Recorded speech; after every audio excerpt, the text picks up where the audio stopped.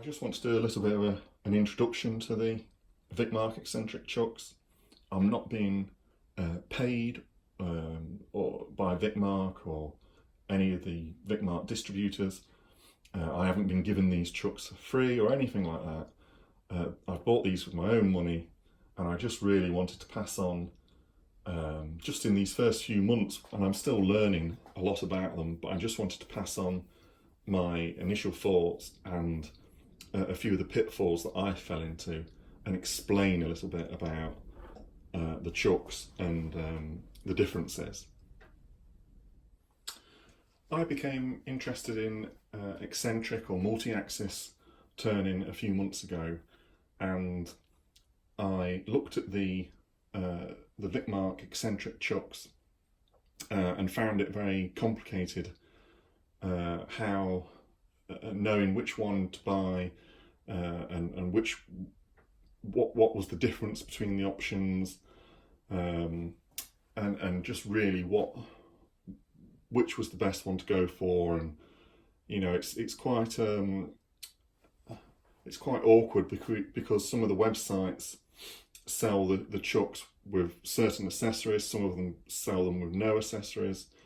Vicmarc's own website refers to the smaller chuck as number 2 eccentric chuck, and this one is number 3, whereas some of the dealers, I think most of the dealers I've seen, refer to this one as number 1, and this is number 3. So there's quite a bit of confusion, and so I just wanted to do a short video explaining the what you get and what you can do. I'm not going to make a project on this video. I might do that on a future video if I'm feeling brave enough, but at the moment I'm still learning how to use the chucks myself, but I really just wanted to do a video to try and help others. So the basic chuck, the cheaper of the two, is this one, and that's the one, like I say, most commonly referred to as it's the eccentric chuck number 1, and it's simply a thread that goes onto the lathe, and then you have this part is what's called the ball adapter, this part, and you have a ball inside, and it is just a ball and socket really, and this is the 40mm ball that's inside here, which is the one I use the most. I haven't used any of the others yet. And you can grab an Allen key. You've got 6 grub screws all the way around the outside. The 3 darker ones, those 3 sort of lock the ball and are flat on the end of the grub screw. And then these 3 are sort of slightly pointed and go into a little dimple in the side of the ball. Let's see if I can take the ball out and show you. So there's the little dimples, and so the ball goes in, and then you've got, I don't know if the camera can pick that up, but you've got little notches on the edge of the ball that show you where the dimples are. Let's see if it'll focus. There, you can see the little notches, so you've got those all around the ball, and that grub screw with the point goes into that hole and locates it there and allows it to move in that axis. And then when you've got it where you want, you can lock it down with the grub screw with a flat end. So that's the basic operation. But the number 3 chuck is really just a more expensive one. There's number 3, which has got the counterbalance weights in the back, and then there's, I think it's number 4, which has not got the counterbalance weights. And this chuck doesn't come with the ball adapter or the balls. It just comes with a simple like a jam chuck, really, a metal jam chuck, just a straight-sided spigot chuck here, so that you can mount a piece of work in it and offset it. And that's what this chuck does as standard. You've got from 0 to 30 millimeters available of offset. So this whole centre part moves 30 millimeters offset. You unlock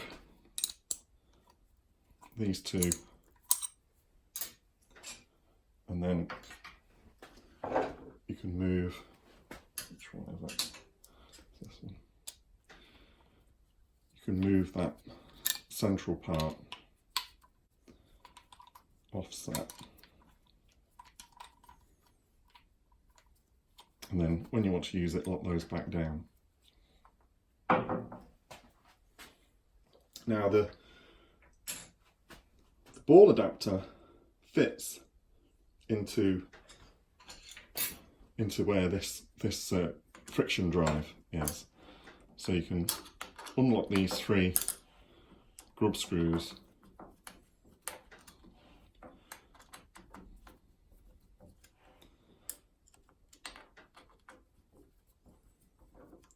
And that's, like I say, it's just like a friction drive, just a cup chuck. So that can then be replaced with the ball adapter.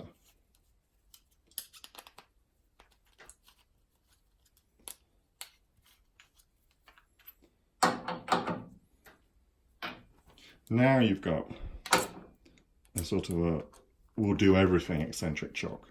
It will go off centre by up to 30 mil, and it will do multi-access with the ball. So I originally bought the small chuck and quickly found, although yeah, I enjoyed using it and could make certain projects with it, it was a little bit limiting because I couldn't get off centre. So you were just limited by the multi-access. So that off centre, the ability to go off centre with the multi-access is amazing. And how I mount my work in this chuck, for the 40mm ball you get a gauge, and you use the gauge and you cut a 40mm tenon.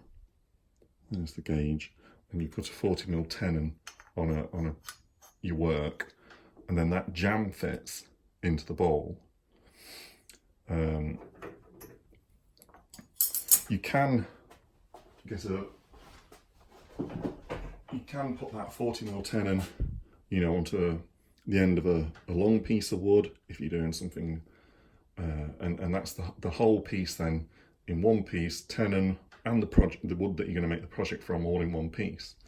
But what I tend to find is a lot of my dry wood that I want to make the eccentric boxes with is already rough turned. So it's already like this, where it's partially hollowed and it's got normal dovetail tenons on it. So what I do is I hold this in the chuck, straighten up those dovetail tenons, and then get a scrap piece of wood and cut a corresponding tenon into the end of the scrap piece of wood, and jam the piece that I want to make the box with into this scrap wood. So that's jammed into the ball, and then my wood's jammed into there. This one has gone a little bit loose because it's dried out a little bit, but you really do have to, the fit for the wood into the ball has to be very, very strong.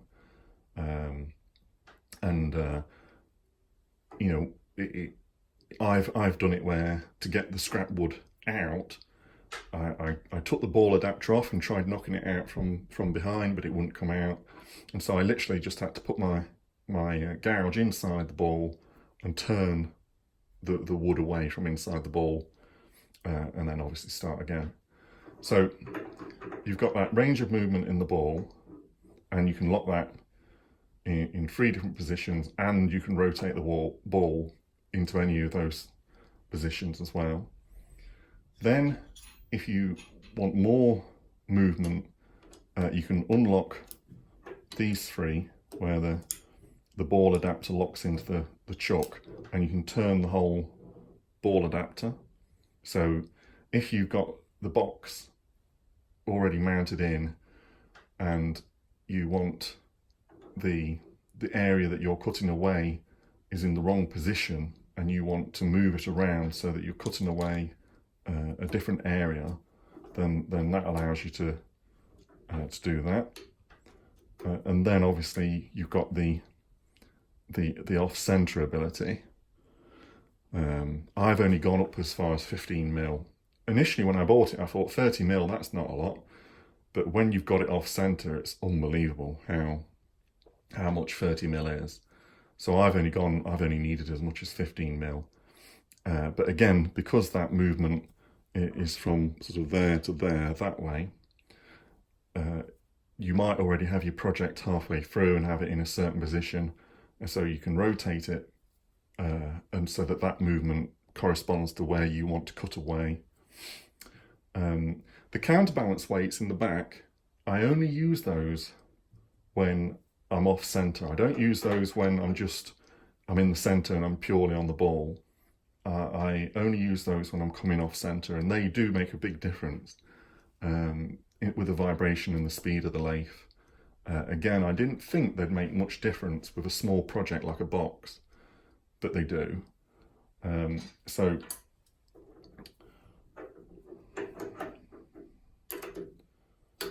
if you want to find the recenter your ball, you put all three of those grub screws in into the dimples on the ball, and that recenters it. So you're now back concentric, and then I just pick one of them. I as soon as the grub screw is to the top of the hole, or just slightly under the hole, then it's no longer engaged in the ball. So I take two of them out like that, and then I just pick one of them for it to pivot on. And then, like I say, you lock it in with the other grub screws, and that's it, it's solid. As well as this 40mm ball, there's lots of different size balls that you can put in, which are recommended for different size pieces of work.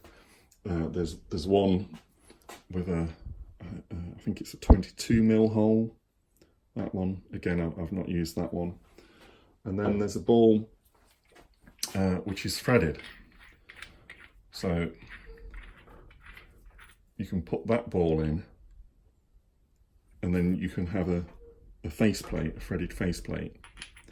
And that obviously allows you to do, again, you could mount a scrap piece of wood onto that and jam chuck into the scrap wood, or you can put larger pieces of wood on and do things like off-center goblets and hollow forms and all sorts of weird and wonderful things. It really is down to your imagination. It's quite mind-blowing. So I hope you found this useful. To sum up, I would say if you're interested in eccentric turning, then go for the number 3, the all singing, all dancing with the counterbalance weights. But bear in mind, you have to buy this ball adapter. It doesn't come with a ball adapter as standard. It only comes with a cup drive. Obviously, I started with the smaller one, the number 1 chuck, and I enjoyed it. I like it, but I just instantly found it limiting. So I wish I'd have originally have gone with the number 3 and bought the ball adapter, but they are quite expensive. But like with all the Vicmarc stuff, it's really well made, well engineered, very strong.